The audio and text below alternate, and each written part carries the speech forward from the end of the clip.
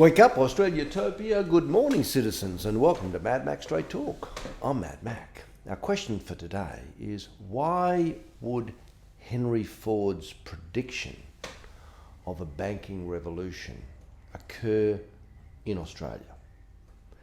Henry Ford said, if the people of the nation knew the truth about our banking and monetary system, there would be a revolution before tomorrow morning. This is a man who changed the very paradigm of transport. This is a man whose motto was democratise the automobile. So imagine if a banking revolution were to democratise wealth. How would that occur? Firstly, Henry said that he wasn't interested in what the people said that they wanted, because they would have said they wanted faster horses. They simply couldn't conceptualise a mechanical device that rattled its way across America without needing any horses to draw it. So those people in those communities at that time who were prosperously making buggy whips, well, they either took note of what occurred and they moved to making beautifully crafted boots like the Lucchese family, who are still in business today, or they went out of business. So when the planet starts to develop momentum in this age of information, it's going to gain knowledge, the light is going to go on, and there is going to be the greatest transition of wealth in human history.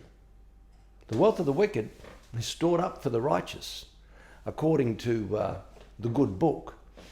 What is going to happen is people are going to realise that banks have an ability that no other corporation in the world has.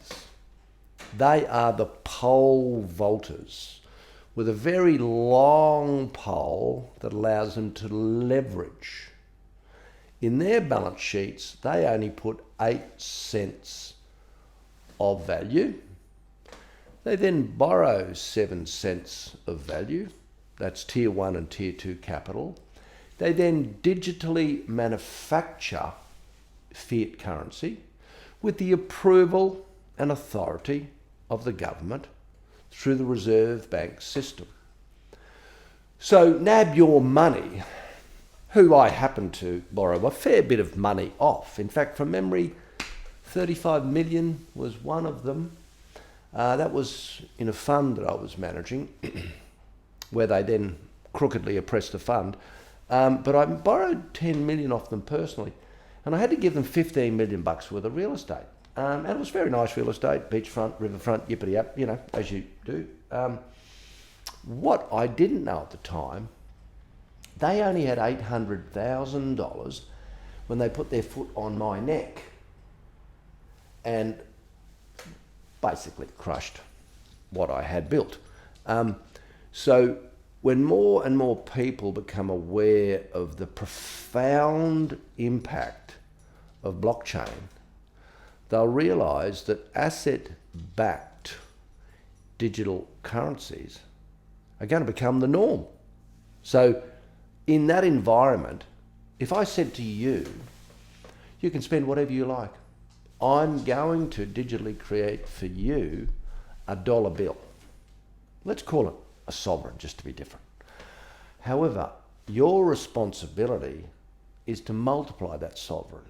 You can give that sovereign away to someone else in the form of, let's say, it's a cup of coffee.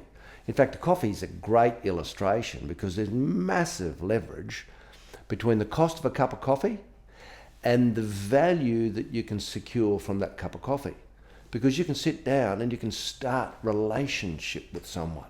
Now, because banking only has 3 C's, character, credit, and collateral, the more relationships of trust that you have, and the more people that will follow your guidance, will be the more members that you can create in your business. Because I make a very firm prediction. All businesses will become member-based. Netflix has spearheaded that and decimated Hollywood. And RACQ used to once change our tyres, and they've now become a bank. So, what Henry did predict will come about, and in our next podcast, we're going to tell you how. Thank you for joining us.